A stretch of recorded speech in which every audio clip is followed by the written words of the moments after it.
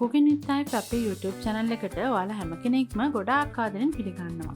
අදත් අපි ඔයාලට රසවත් අතුරු පසක් හදන විදිහ තමයි කියලා දෙන්න හදන්නේ. හරිම ඉක්මනින් අපිට හදාගන්න පුළුවන්. ගොඩාක් අමුද්‍රව්‍ය මේකට අවශ්‍ය වෙන්නේ නැහැ.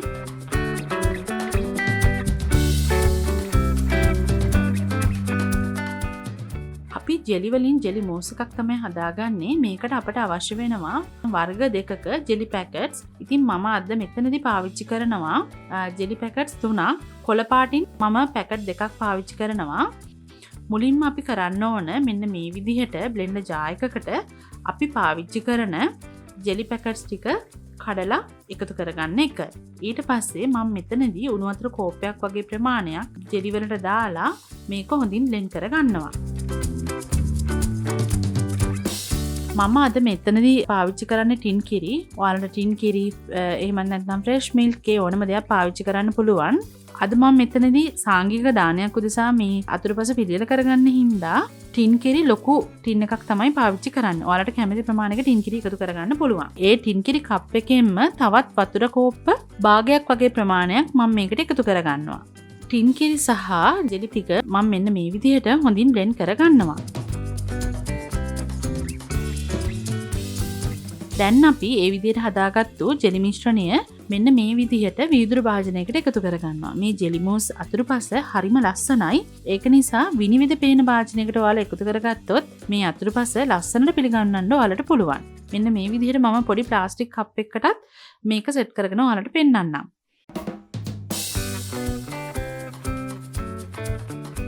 ඔයාලට මම කලින් කිව්වා අපි ජෙලි පාට දෙකකින් යොදා ගන්නවා කියලා. මම දැන් රතු පාටිනුත් ජෙලි පැකට්ස් මෙන්න මේ විදිහට සෙට් කරගෙන තියෙන්නේ. ඉතින් මේ ජෙලි ටික අපි මෙන්න මේ විදිහට කපා ගන්නවා. ජෙලි සෙට් කරගන්න විදිහ ඔයාලට මම අමුතුවෙන්ම කියලා දෙන්න අවශ්‍ය නැහැ. ඔයාලා මිලදී ගන්න ජෙලි පැකට්ස් වල තියෙන උපදෙස් අනුව ඔයාලට මේ ජෙලි පැකට් ටික සෙට් කරගන්න පුළුවන්. මෙතනදී වතුර කෝප්ප 2.5ක් එකතු කරගන්න කියලා ජෙලි පැකට්ස් වල තියෙනවා. හැබැයි වතුර කෝප්ප 2ක් වගේ ප්‍රමාණයක් තමයි මම එකතු කරගන්නේ මේ ජෙලි පුඩින් එකට. මොකද එතකොට අපේ ජෙලි ටික හොඳ ලස්සනට සෙට් වෙලා තියෙනවා. ඉතින් අපි මෙන්න මේ විදිහට කපාගත්තු රතු පාට ජෙලි කැබලි ටික අපේ පුඩිමට එකතු කරගන්නවා.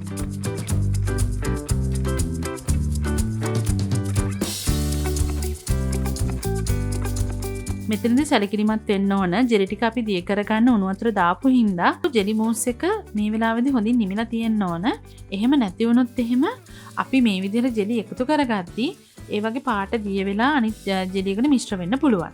අපි දැන් මෙන්න මේ විදිහට ජෙලි ටික කපාගෙන බොහොම පරිස්සමින් මේ ජෙලි මිශ්‍රණයට එකතු කරගමු. මේක ඔයාලට එකම පාට ජෙලි වලින් උනත් කරන්න පුළුවන්. හැබැයි මේ විදිහට පාට දෙකක් රස දෙකක් ගත්තොත් මේ පුඩින් එක හරිම රසට ලස්සනට ඔයාලට හදාගන්න පුළුවන්. අපි මේ විදිහට අපි කපාගත්තු සියලුම ජෙලි ටික මේ විදිහට එකතු කරගෙන අපි හැන්දකින් මෙන්න මේ විදිහට හැම තැනටම මේ පුඩින් එකේ යන විදිහට හොඳින් මිශ්‍ර කර ගන්නවා.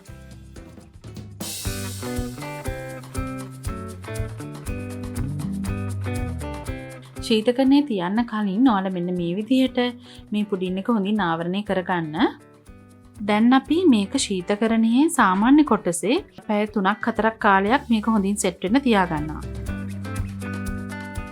දැන් ඔයාලට මේ පේන්නේ ශීතකරණයේ අපි තියාගෙන හොඳින් සෙට් කරගත්තු අපේ ජෙලි මූස් එක. ඉතින් ඔයාලට මේ පොඩි කප් එකෙන් බලා ගන්න පුළුවන් අපේ පුඩින් එක කොහොමද සෙට් වෙලා තියෙන්නේ කියලා. ඉතින් ඔයාටත් පුළුවන් මෙන්න මේ විදිහට රසවත් ජෙලි මූස් එකක් හරිම ලේසියෙන් පහසුවෙන් හදාගන්න. ඉතින් ඔයාලත් මේ වගේ පුඩින් එකක් හැදුවොත් අපිට රස කියන්න අමතක කරන්න එපා. අපේ වීඩියෝ එක බලපුවාට ගොඩාක් ස්තුතියි.